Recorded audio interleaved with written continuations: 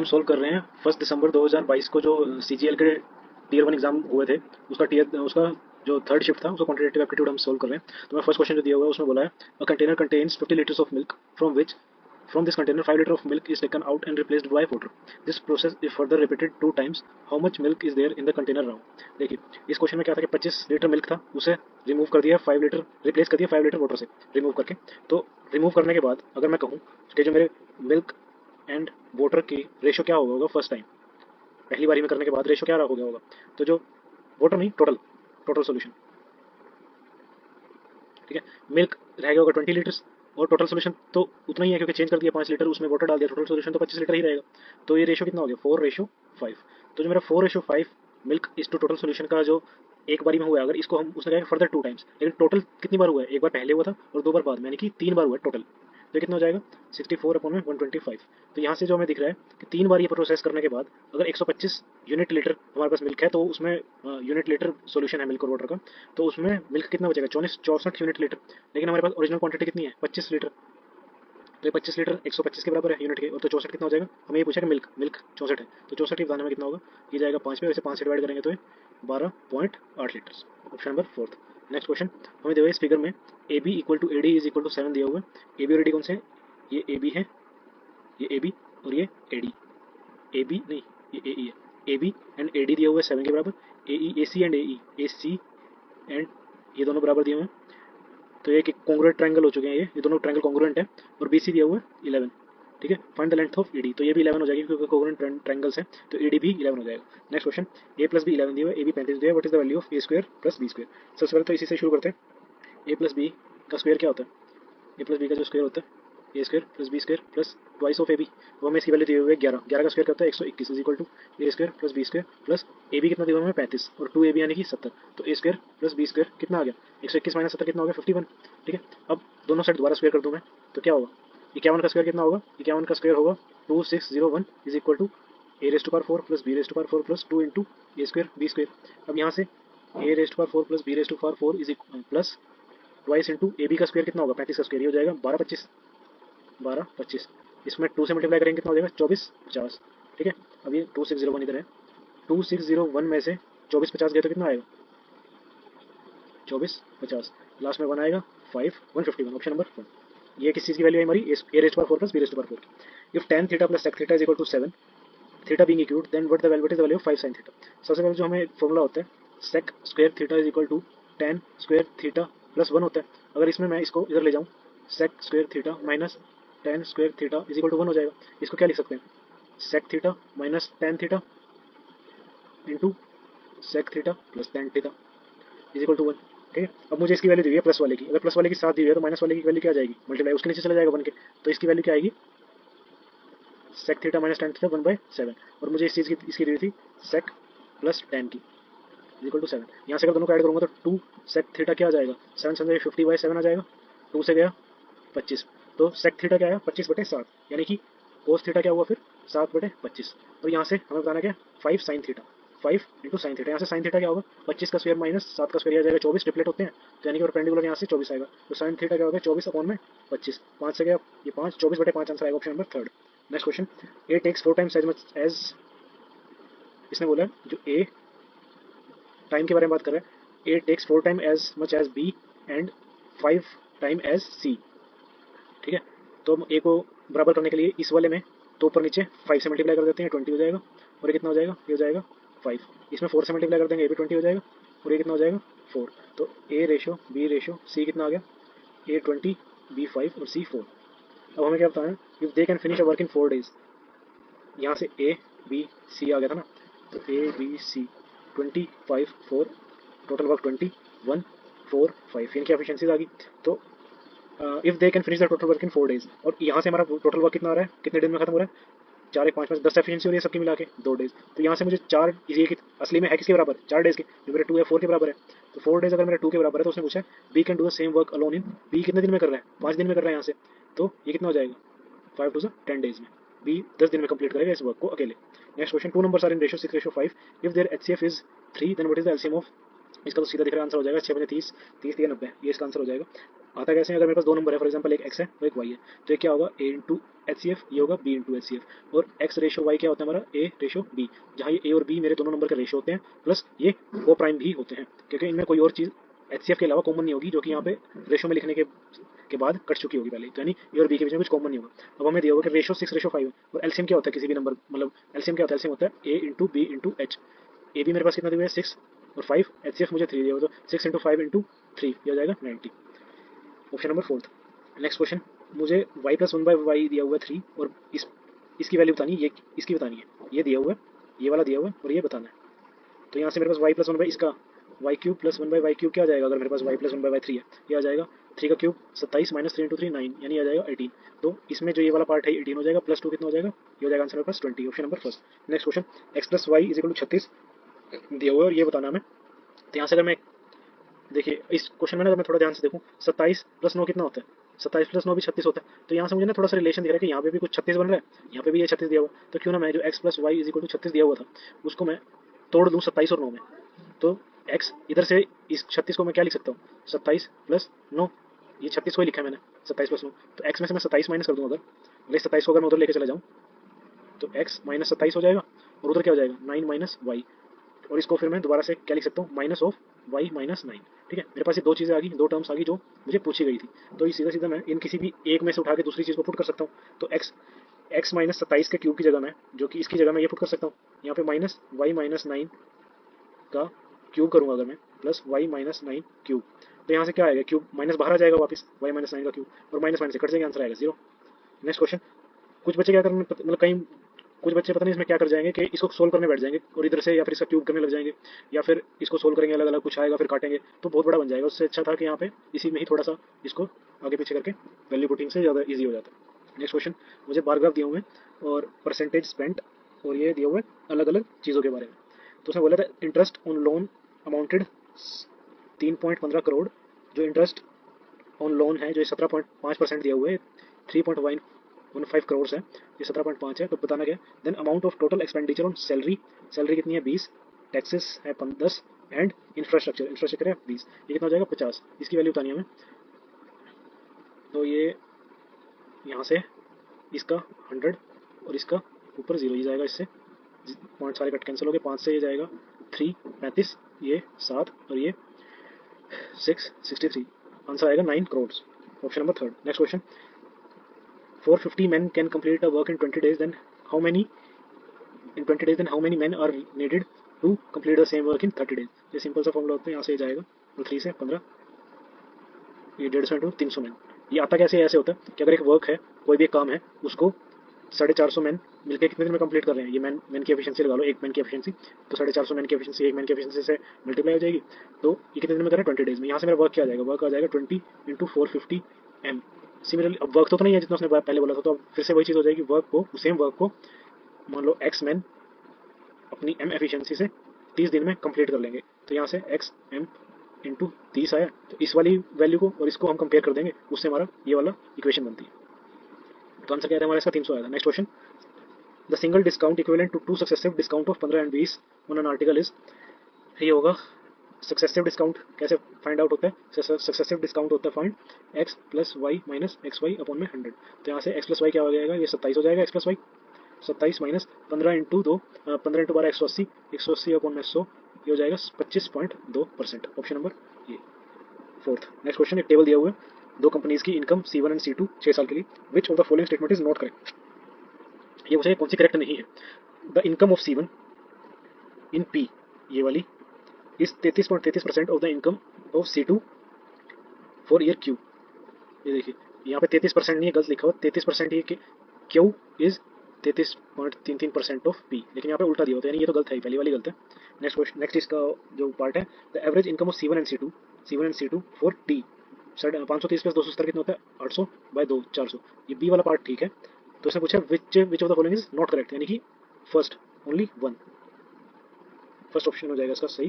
Next question, from the following find the value of x y z, यहाँ पे x y z की वैल्यू बतानी है, तो ये तो सीधा दिख रहा है कि 120 है, तो 120 इन दोनों के इस कंप्लीट के बराबर हो जाएगा, तो X plus Y plus Z मिला के इसके बराबर हो जाएंगे 120, एक्स प्लस वाई के आंसर क्या हो जाएगा 120, क्योंकि sum of exterior angle is equal to the sum of interior opposite angles, जो कि यहाँ पे ए और बी है। नेक्स्ट क्वेश्चन, कॉपर, इसको ऊपर सोल्व करते हैं। A copper sphere of diameter 18 centimetre is drawn into wires of diameter 6 mm। एक कॉपर स्फेयर है तो उसका वॉल्यूम क्या होगा, उसका वॉल्यूम होगा 4/3 पाई आर क्यूब। यहाँ पे डायमीटर दिया हुआ है तो रेडियस कितना हो जाएगा 9, 9 का क्यूब हो जाएगा, 9 इंटू 9 इंटू 9। और बोला कि इसको एक वायर्स में ड्रॉन किया गया है, तो वायर वायर यानी कि सिलेंडर, तो सिलेंडर का वॉल्यूम होता है पाई आर स्क्वायर। यहाँ पे भी डायमीटर दिया हुआ है तो ये कितना हो जाएगा 3 इंटू 3 आर स्क्वायर होता है ना, और ये mm में दिए हुए सेंटीमीटर में है तो दोनों 10 से डिवाइड हो जाएंगे इंटू एच। एच कह लो या लेंथ कह लो, इसमें क्योंकि बहुत ज़्यादा लेंथ हो सकती है तो लेंथ लिख लेते हैं क्योंकि वायर है। तो यहाँ से पाई से पाई गया, और 2 3 से ये 3 3, और एक इससे ये 3, 3 का क्यूब 27, 27 ये हो जाएगा 108, 108 सेंटीमीटर्स लेंथ हो जाएगी। लेकिन आंसर मुझे किसमें दिया हुआ है, मीटर्स में, तो 108 डिवाइड बाय 100 हो जाएगा तो मीटर हो जाएगा 108 metre. Option number second. The simple interest on a certain sum from for 3 years is 14% at 14% is 4200 less than the simple interest on the same sum for 5 years. तो यहाँ पे 14% से 2 साल 14% से 2 साल का इंटरेस्ट जो है वो 4200 है। ये डिफरेंस करके मैंने सीधा बता दिया कि ये चीज़ हुई हुई है, लेकिन आया कैसे, ये ऐसे आया कि सबसे पहले जो इंटरेस्ट वन है वो है पी आर कितना है 14%, 14 14 इंटू 3/100, ये पहला इंटरेस्ट है।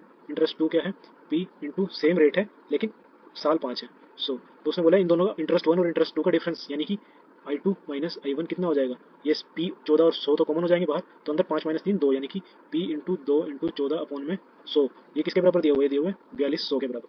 तो यहाँ से 14 ये 300 और ये हो जाएगा 150, 150 में 100 मल्टीप्लाई हो जाएगा तो 15,000, यानी कि प्रिंसिपल जो था वो 15,000 था मेरा। ऑप्शन नंबर एक। Next question, in triangle A B C bisector of angle B A C, एक ट्राइंगल है, ये ए है, ये बी है और ये सी है। तो जो बी ए सी का बाइसेक्टर है यानी कि इस ए को बराबर में जो डिवाइड कर रहा है वो सामने वाली बी सी पे डी पे जाके टच कर रहा है। ये B D is equal to 6 and B C is equal to 14, यानी कि बी सी 14 है तो डी सी कितना हो जाएगा 14 माइनस 6 यानी 8।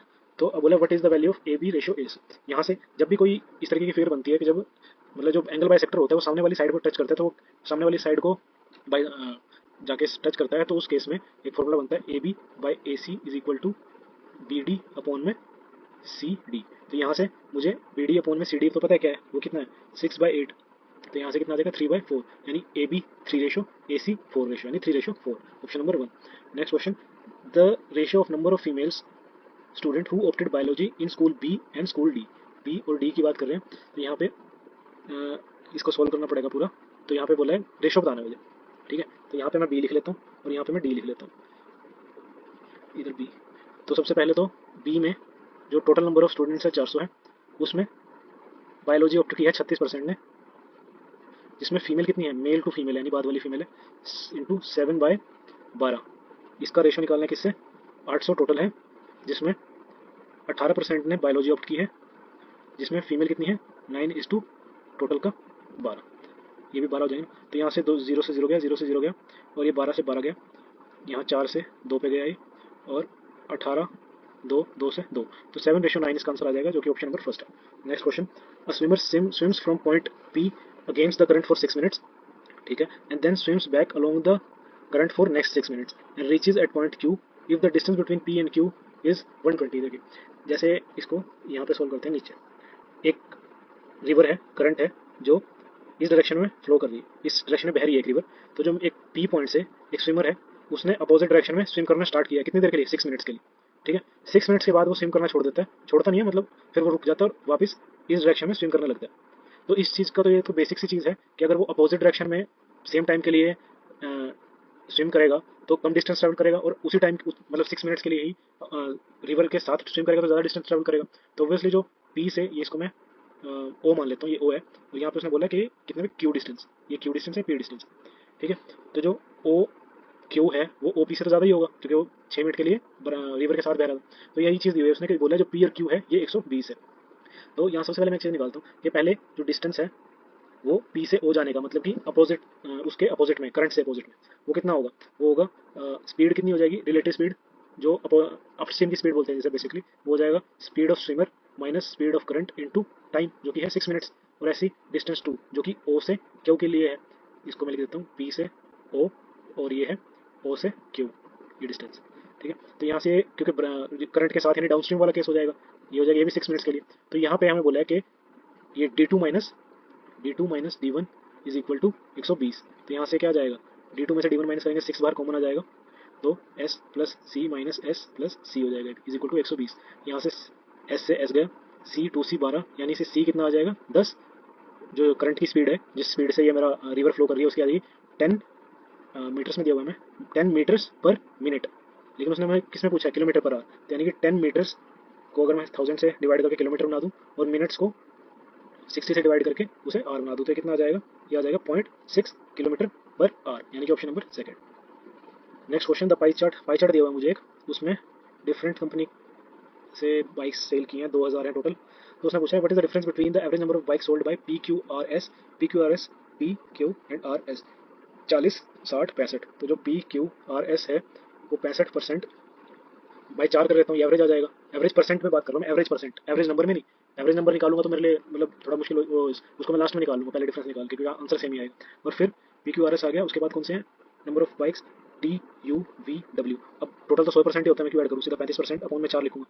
ठीक है, अब इन दोनों का डिफरेंस बोला है, तो इन दोनों का डिफरेंस कितना होगा, बाय में 4 इसलिए क्योंकि परसेंटेज एवरेज लिख रहा हूँ मैं से, तो ये कितना हो जाएगा, दोनों का डिफरेंस, दोनों डिफरेंस हो जाएगा, डिफरेंस आ जाएगा इनका 30% अपॉन में 4। अभी 30% अपॉन में 4 किसके बराबर होगा, 2000 का 30% अपॉन में 4, परसेंट हटा के 100 लिख दिया, तो 0 से 0 गया, ये इससे गया 5, 5 इंटू 30 हो जाएगा 150, option number second. Next question, Kapil sell some mobile to Sachin at a gain of 15%, 15% यानी कि 3/20, यानी 20 की चीज़ पे 3 का प्रॉफिट, यानी 20 की चीज़ को 23 रुपये में बेचा है। ठीक है, and Sachin again sell it to Rohit at a profit of 12%, 12% यानी 12% यानी कि 3/25, यानी 25 की चीज़ पे 3 का प्रॉफिट हुआ है, यानी 25 की चीज़ को 28 में बेचा। तो जो 25 की चीज़ थी उसको 28 में बेचा, तो यहाँ से रेशियोज निकाल लेते हैं हम इनकी, ये आपस में मल्टीप्लाई हो रहे हैं दोनों, ये सारे मतलब ये वाले मल्टीप्लाई हो रहे हैं, ये वाले।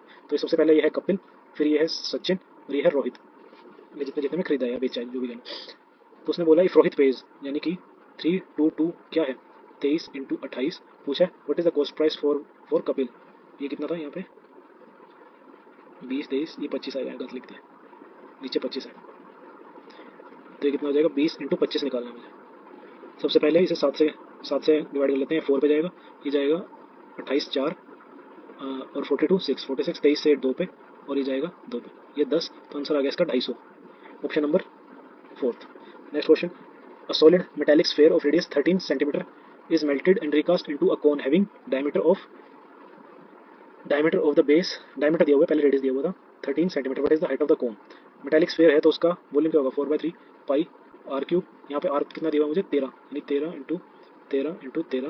Is equal to recasted into a cone, cone का वॉल्यूम कहते हैं 1/3 पाई आर स्क्वायर एच। तो यहाँ पे पाई आर स्क्वायर कितना हो जाएगा, यहाँ पे 13 डायमीटर दिया, यानी कि 13/2, तो 13 इंटू 13 अपॉन में कंबाइंड 4। तो मुझे क्या बताना है, हाइट, हाइट निकालनी है, 2 13 से 2 13 जाएंगे, पाई 3 से पाई 3 जाएगा, 4 और ये 4 4 16 इंटू 13, तो 6 3 लास्ट में 8 होना चाहिए एक ही ऑप्शन में, ऑप्शन नंबर थर्ड, तो यानी हाइट कितनी हो जाएगी 208। Next question, what will be the remainder of 27 raise to power 27 plus 27 when divided by 28। तो अगर इसे हम 27 रेज़ टू पावर 27 प्लस 27 लिखें अपॉन में 28, जैसे और क्या लिख सकते हैं 27 अपॉन में 28 raise to power 27 plus 27 raise to power 28। अब हम रिमाइंडर को पॉजिटिव और नेगेटिव दोनों फॉर्म में ले सकते हैं। यहाँ से अगर 28 से मैं 27 को डिवाइड करूँगा तो एक चीज़ तो मैं कह सकता हूँ कि मेरा यहाँ पे इस वाले केस में मेरा जो रिमाइंडर है वो 27 है, या फिर मैं ऐसा भी कह सकता हूँ कि मेरा जो रिमाइंडर है वो कितना है, वो है -1। तो ऐसे ही इस वाले केस में भी मेरा -1 रेज़ टू पावर 27 आएगा, प्लस यहाँ -1 आ जाएगा, तो क्योंकि ऊपर -1 रेज़ टू पावर ओड है तो यहाँ पे ये भी -1 हो जाएगा दोबारा, -1 कितना हो जाएगा -2। अब जो चीज़ यहाँ पे बोली थी बेस में तो 28 है, तो 28 पे -2 का रिमाइंडर आ रहा है, तो यानी कि या तो ये -2 लिख सकते हैं और क्या लिख सकते हैं, इसको 26 लिख सकते हैं, 28 से 2 कम, यानी option number fourth. Next question, 2 tan 60 upon में 1 प्लस tan स्क्वायर 60, ये वैसा फॉर्मूला भी बन रहा है, लेकिन क्योंकि सीधा tan की वैल्यू दी हुई है, सिंपल tan 60 में दिया हुआ तो इसे सॉल्व भी कर लेते हैं, वैल्यू फॉर्मूला क्यों डालना, 2 tan 60 क्या होता है √3 अपॉन में 1 प्लस ये 3 हो जाएगा, तो कितना हो जाएगा √3/2। अब ये √3/2 क्या होता है, तो sin 60 होता है या फिर cos 30 होता है, इनमें से ऑप्शन में क्या है sin 60 है या cos 60 है, cos ये होगा नहीं, ये होगा। Next question, the ratio of expenditure of women, the ratio of expenditure to saving, मतलब ये एक्सपेंडिचर है और ये सेविंग्स है, यानी इनकम कितनी हो जाएगी 6 हो जाएगी, 5 और 6, ये इनकम है, ये एक्सपेंडिचर है और ये सेविंग्स है 5 + 1। तो उसने बोला if her income and expenditure increases by 10, मतलब इनकम पे 10% इंक्रीज हो जाएगा तो कितनी हो जाएगी इनकम 6.6 हो जाएगी, और जो एक्सपेंडिचर है जो 5 था उस पर 20%, यानी 20% होता कितना है, 1/5 लिखते हैं उसे, तो 5 पे 1 का इंक्रीज यानी 5 की चीज़ 6 हो जाना, ये है ही 5, तो यानी ये 6 हो जाएगा एक्सपेंडिचर। 6.6 इज इक्वल टू, ये किसके बराबर हो जाएगा यहाँ पे, ये 0.6 हो जाएगा। तो ये पूछा है कि find the percentage change in her saving, पहले 1 की सेविंग हो रही थी, 0.6 की सेविंग हो रही है, यानी कितना चेंज हो रहा है, 0.4 की सेविंग हो रही है किस पे, 1 पे, जो कितना होता है 40%, option number first. Next question में tan 240 की वैल्यू बतानी है। जो tan 240 है यानी जो एंगल 240 है वो कौन से क्वाड्रेंट में लाई करता है, वो लाई करता है फोर्थ थर्ड क्वाड्रेंट में। फॉर एग्जांपल ये मेरे पास एक क्वाड्रेंट है, first second third and fourth, तो ये होता है 270, ये है 180, ये 360 और ये 90। तो यानी ये जो मेरा 240 है यहाँ पे कहीं पे लाई करेगा इसमें, और इसको मैं ऐसे लिख सकता हूँ, दो तरीके से लिख सकता हूँ, या तो इसे मैं लिख सकता हूँ tan 180 प्लस 60, या फिर इसे लिख सकता हूँ tan 270 माइनस 30, ये दो तरीके से लिख सकता हूँ। अब tan 180 पे चेंज नहीं होता तो ये तो आंसर आएगा tan 60, ठीक है, और क्योंकि tan थर्ड क्वाड्रेंट में पॉजिटिव होता है तो पॉजिटिव ही रहेगा पॉजिटिव का। अब यहाँ पे tan पॉजिटिव होता है लेकिन 270 पे 90 और 270 पे चेंज होता है, 90 के कोई भी 90 का जो ओड मल्टीपल्स होते हैं उस पर हमारे जो ट्रिग्नोमेट्रिक फंक्शंस होते हैं वो चेंज करते हैं अपनी उसको फॉर्म को, यानी tan कितना हो जाएगा, tan हो जाएगा कोट किसका 30 के बराबर और पॉजिटिव में, यानी कोट 30 और tan 30 क्या होता है बराबर होती है वैल्यू, कितनी होती है √3, जो क्या है ऑप्शन नंबर फर्स्ट। ये लास्ट क्वेश्चन था, थैंक यू।